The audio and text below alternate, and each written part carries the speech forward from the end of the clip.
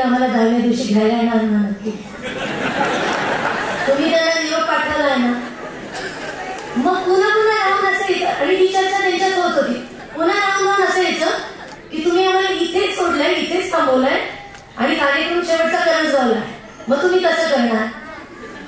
तर जी सिक्युअर असतात ते, जी आईवडिलांबद्दलचा प्रेम किंवा तो विश्वास, म्हणजे आता आम्हाला इथे ठेवले त्यांच्यापर्यंत निरोप पोहोचला नाही, आमची चुकामुक होईल. मग आईवडिलांना आम्ही सापडलो नाही तर, म्हणजे स्वतः त्यांना त्यांच्या काळजीपेक्षा पण आईवडिलांना जर तो ऍड्रेस नाही कळला काय झालं तर त्यांना विश्वास देता देता नाकी नवले. शेवटी 1-2 जणांना आम्ही मेसेज दाखवला की हा ग्रुप आहे आणि ह्या ग्रुपवर आम्ही सांगितलेलं आहे. आता ते सगळं सांगितल्यानंतर पण शेवटच्या 3 दिवसात आपण जागा बदलली आणि ती मुलांना आम्ही उशिरा सांगतो. पण बरोबर कारोबारी एकाला कळलं, एकाने दुसऱ्याने 100 मुलांपर्यंत सहज निरोप गेला की आता आपला उत्सव सगळा शिकला. परत काळजीचं होतं की आता तुम्ही कसं कळवणार. त्यांच्यासाठीचे जे प्रॉब्लेम होते ते फार वेगळे होते. त्याच्यात पण दिलासादायक अशा गोष्टी होत्या जी दुसऱ्या दिवशी जाणवली. एक मुलगी होती आणि ती काही मुलं रडत होते. त्यावेळेस ती म्हणाली रडतात कशाला, अरे इथे तर धमालच धमाल आहे. मुलं म्हणाले काय धमाल आहे, फोन नाही करतायत, खायला पण काहीतरी वेगळं देतायत, झोपायला पण जमिनीवर लावताय, सांगितलेल्या वेळेत वरतीच जायचं खालतीच यायचं नाही, प्रार्थनेला ह्याच वेळेत बसायचं, इथे धमाल कसली. म्हणे धमाल आहे, ट्युशन नाही, क्लास नाही, कुठल्या गोष्टी नाही, तुला वाटत नाही ते धमाल. घरी गेल्यानंतर तेच हे झालं की तो क्लास अभ्यासच नाही इथे. तर अशा पण अर्थाने समजून दुसऱ्याला समजून घेणारे असे काही मुलं होते. तर अशा पद्धतीने हे जे भावनांचे कल्लोळ होते ना, हे जसे मुलांचे बघायला मिळत होते. काही मुलांचे अजून की जसं काही वेगवेगळ्या गोष्टी पण दिसत होत्या तिथे. जसा एक विद्यार्थी होता, क्राफ्ट मध्ये एकदा तिरंगी टोपी करायला लावलेली होती. तिरंगी टोपी करायला लावल्यानंतर तो करायचीच नाही, म्हणतो मी करणारच नाही टोपी. किती वेळ झाला, शेवटी ताई माझ्याकडे घेऊन आले की हा करत नाही, याला काय झालंय सांगा. तो माझ्याकडे येऊन बोलला की मला नाही करायची, हा तिरंगी झेंडाचा अपमान आहे. तिरंगी झेंडा इकडे तिकडे झाला तरी चालत नाही आणि आता ही टोपी कशी डोक्यावर घालायची, तिकडे तिकडे पडली तर मुलांच्या संवेदना अजून जाग्या आहेत. आपल्याला त्या तशाच जागे ठेवाव्या लागणार. आणि इतक्या बारीक बारीक गोष्टी या शिबिरामध्ये खरं तर हेच ओळखणं म्हणजे खूप साऱ्या गोष्टी यांच्यामध्ये दडलेल्या आहेत.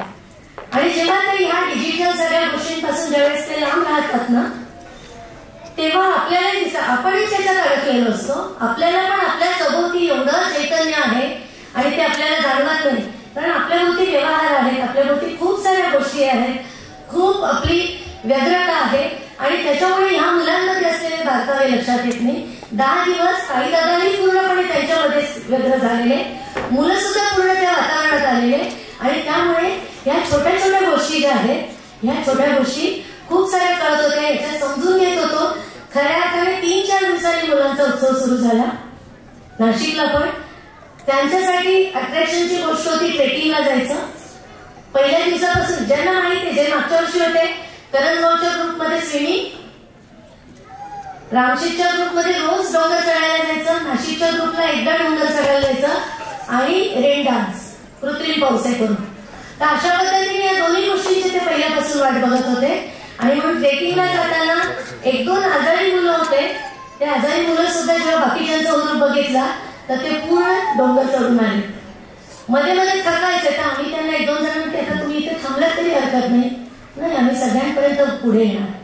सांगायची गोष्ट ही की मुलांमध्ये अफाट क्षमता असतात, मात्र त्यांच्या केवळ कम्फर्टचा विचार न करता त्या क्षमता दिवसेंदिवस काढण्यासाठीचा जर स्कोप संधी जर आपण दिली तर आपल्याला नक्की त्यांच्यामध्ये पराक्रम दिसतील आणि अशी मुलं ही नक्की आपल्याला पुढे जाताना दिसतील.